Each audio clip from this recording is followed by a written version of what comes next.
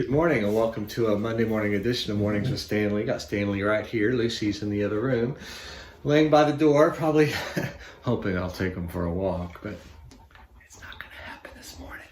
I'm going to do it this afternoon. It's cold out there. I can't see because the watch hand is over the temperature, but it's in the 30s and it feels like it's in the 20s. And I'm just too much of a wimp, and I have to be at the main reason is I have to be at the office by 9 o'clock because our secretary's husband is having a procedure today and she's not going to be there. So I call her secretary. She's a business administrator. She's more than a secretary. She has secretarial duties and a lot of other stuff too. So anyway, so I need to be at the office by 9 o'clock in case anybody comes. And anyway, couldn't sleep last night. I'm not going to talk about the reasons. Anyway, I guess I'll put Stanley out of the room. You okay with that, Stanley? Doesn't matter if he's okay with it or not, does it? Okay,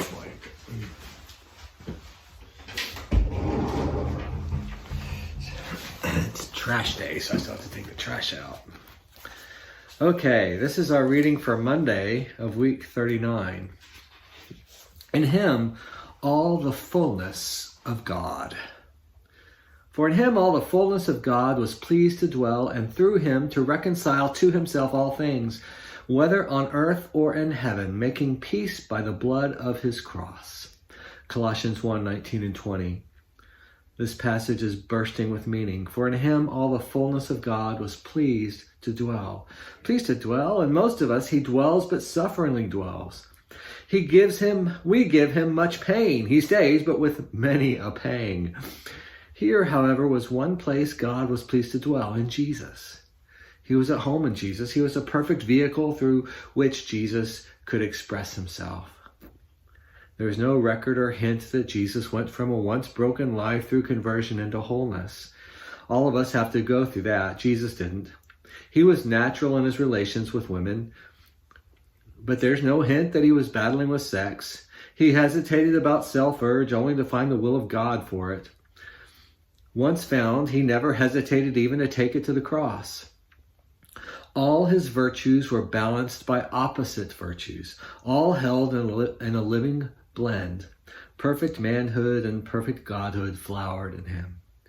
Someone has said that the attempt to impose divine qualities upon the framework of human nature has always resulted in a monstrosity, always, except in the case of Jesus. Here, the supernatural was natural. No wonder it is said that all the fullness of God was pleased to dwell in him. This is my beloved Son, in whom I am well pleased. No wonder, for he was such a son. After 2,000 years, we have not found it possible to add to or subtract from him, to make him more perfect. When we attempt to make him more perfect, we go away smiting our breasts and saying, God, have mercy on me, a sinner. As everything was reconciled in Jesus, material and spiritual, manly and womanly qualities, passive and aggressive, so Jesus becomes the center of reconciliation of things in heaven and things on earth. Everything and everyone is reconciled in him. Here's our prayer for today.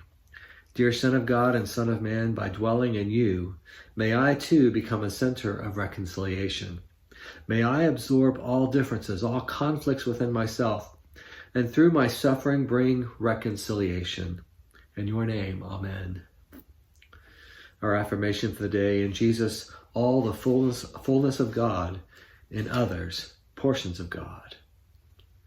I'm going to read that again. In Jesus, all the fullness of God; in others, portions of God. Jesus is Lord.